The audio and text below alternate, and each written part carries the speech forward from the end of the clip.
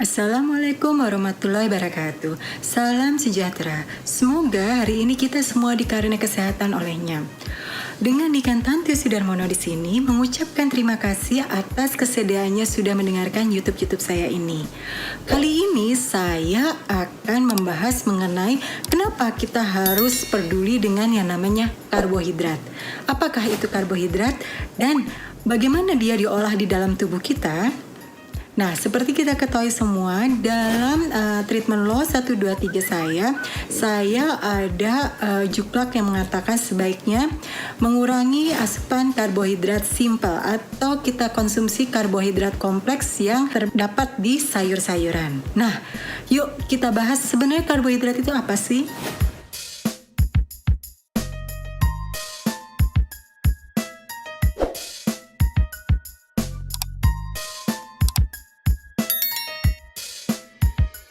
Karbohidrat itu sendiri terbagi atas dua bagian, yaitu karbohidrat simple atau disebut juga dengan simple sugar dan karbohidrat kompleks atau juga yang disebut dengan sugar kompleks atau yang suka kita sebut tepung-tepungan atau satpati. Nah, saya akan kembali dulu ke karbohidrat simple.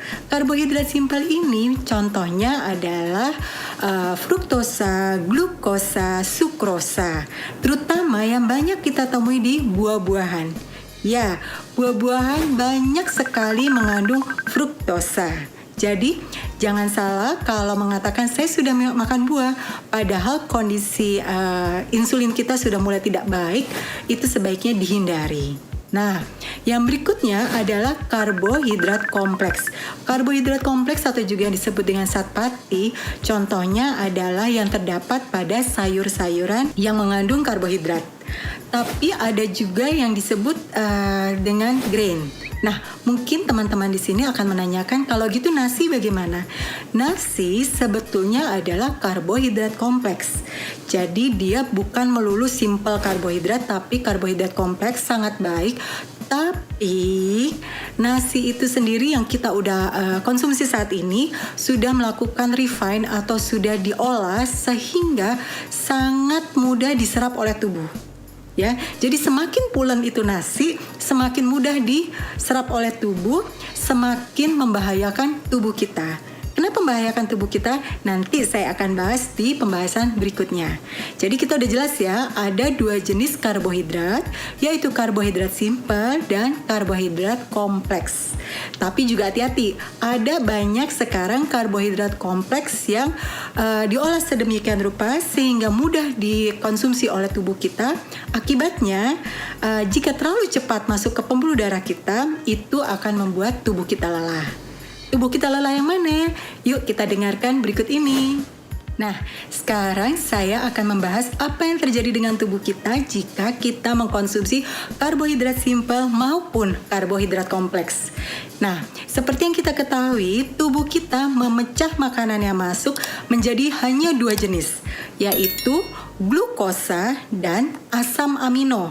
Ingat-ingat, tubuh kita hanya memecah menjadi dua jenis, yaitu glukosa dan asam amino. Nah, karbohidrat ini dipecah menjadi glukosa, bukan asam amino.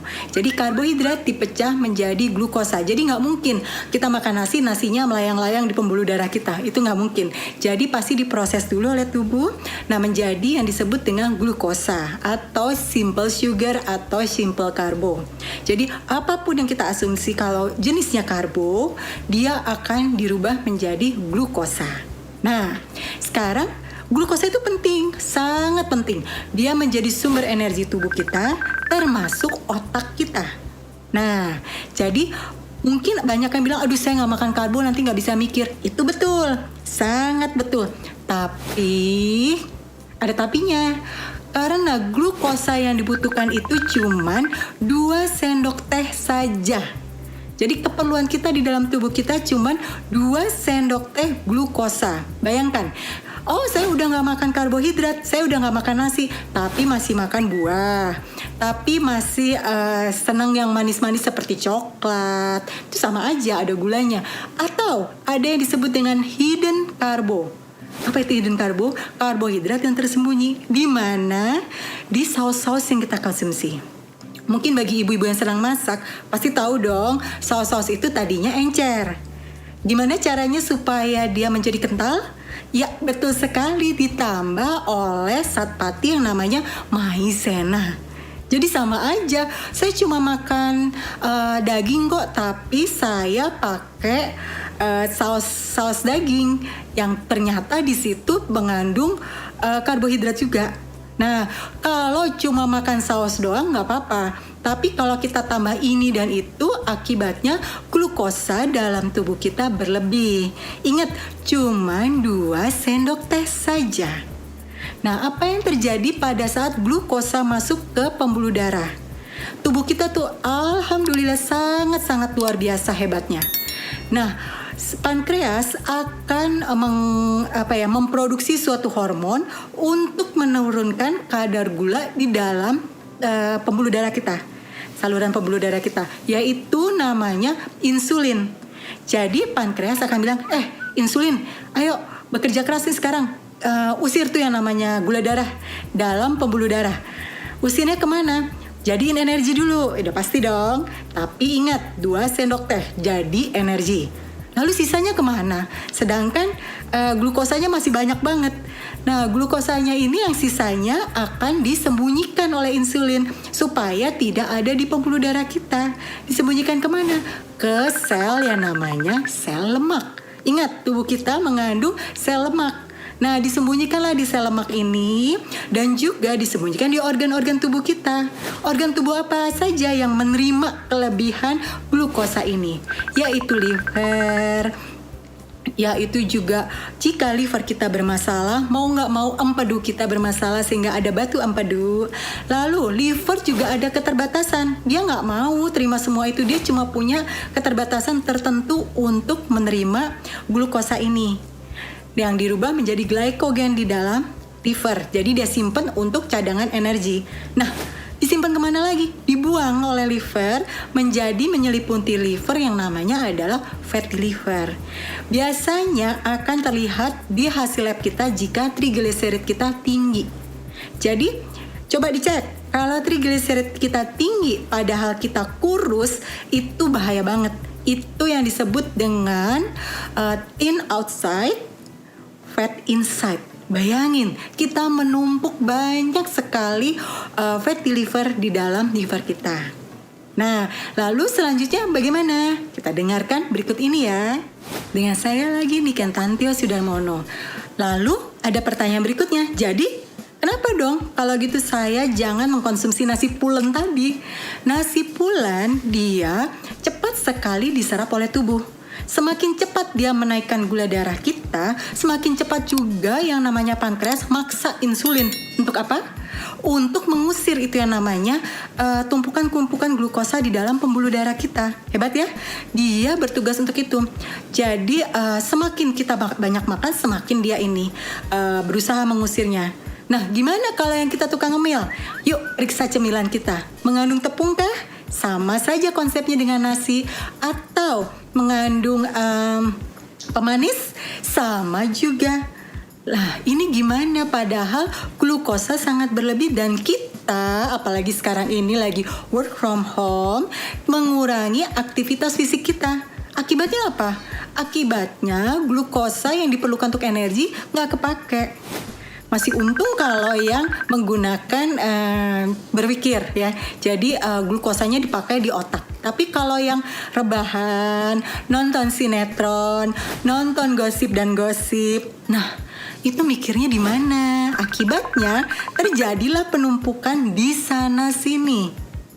Nah, kalau sudah begini, akibatnya apa? Insulin terus-menerus berusaha melindungi kita.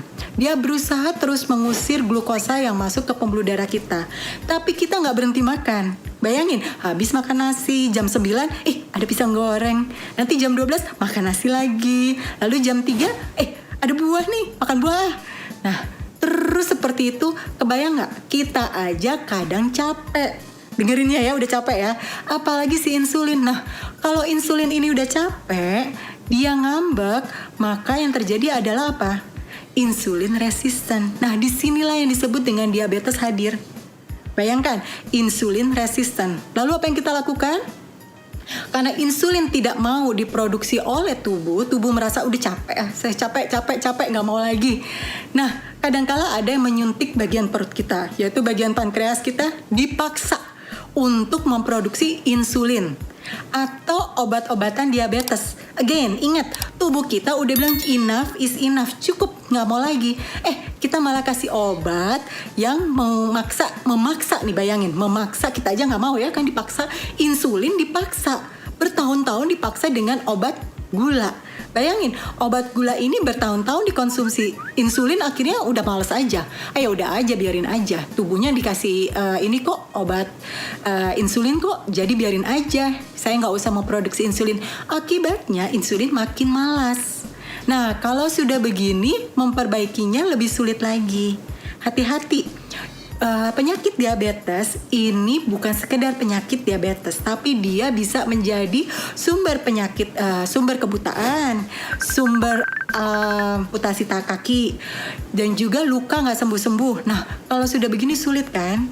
Nah, jadi sekarang yuk kita waspada dengan asupan karbohidrat kita. Coba dihitung. Misalnya, saya hari ini udah makan nasi, stop semua yang lain.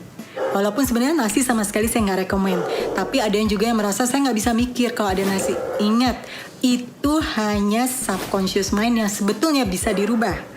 Nah, di dalam saya sendiri membentuk suatu tim yang disebut dengan Kencare, di mana teman-teman yang ingin menanyakan atau ingin dibantu pantau bisa hubungi kami, karena kami akan membantu mendampingi secara gratis. Ingat ya, secara gratis, tidak dipungut bayaran sedikit pun. Ini adalah program terima kasih kami karena kami tetap diberi kesehatan sampai hari ini. Nah, yuk, jadi sudah mulai paham ya karbohidrat di dalam tubuh akan menjadi apa dan bagaimana menghindarinya. Lalu bagaimana untuk anak-anak kita? Ayo cek, ibu-ibu masih kasih snack-snack? Ingat-ingat, masih sering kasih cemilan? Anak-anak saya sejak kecil tidak pernah mengenal cemilan.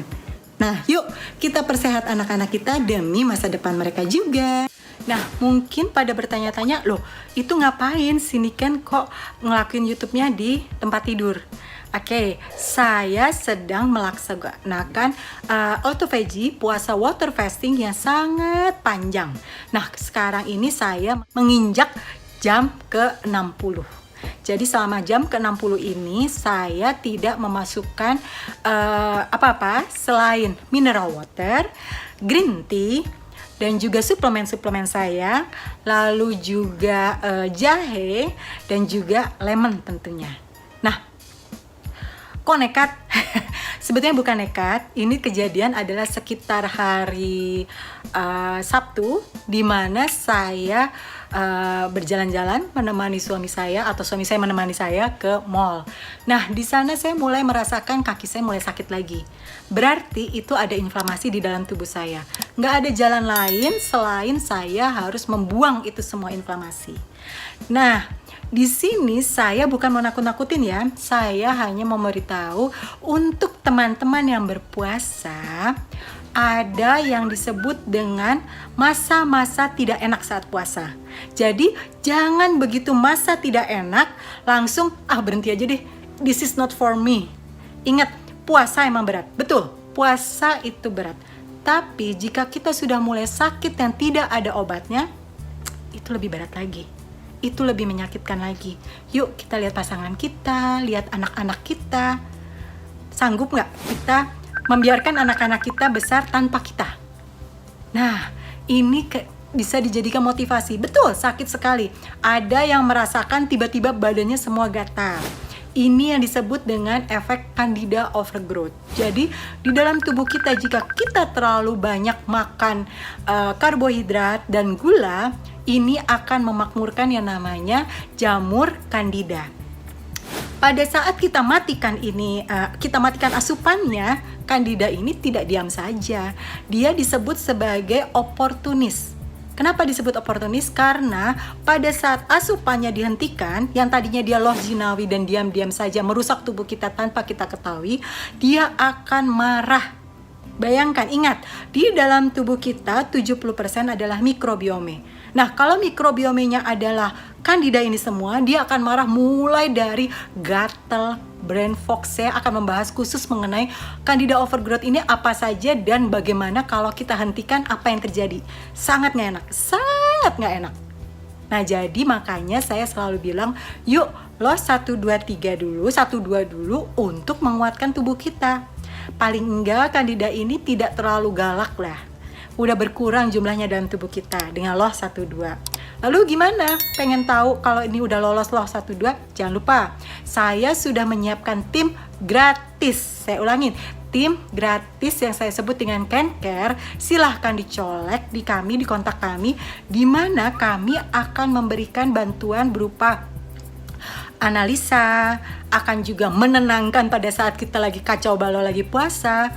Itu semua gratis. Ya, jadi yuk dimanfaatkan.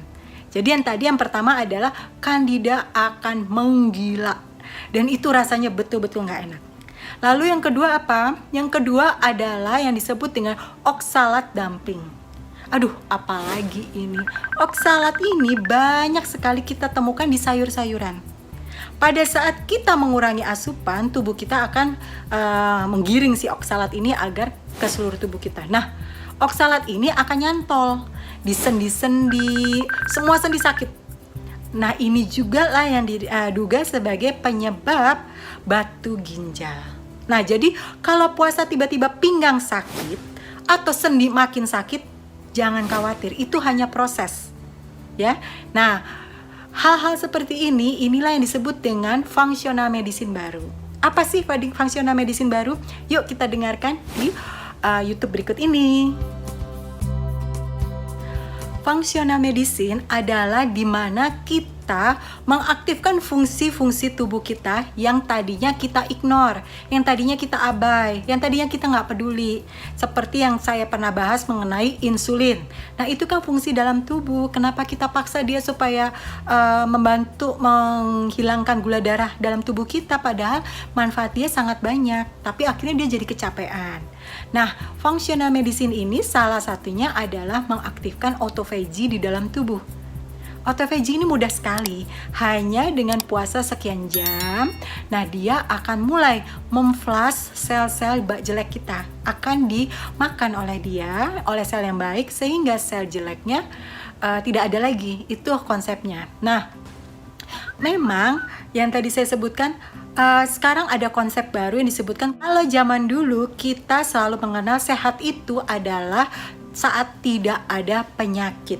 Nah, konsep baru saat ini yaitu sehat itu adalah proses, di mana prosesnya bukan hanya sakit saja, tapi ada rasa nggak nyaman, rasa sakit, rasa yang tadi saya sebut Candida overgrowth, yang tadi saya sebut oksalat dumping, itu semua akan muncul pada saat kita proses menyehatkan tubuh kita.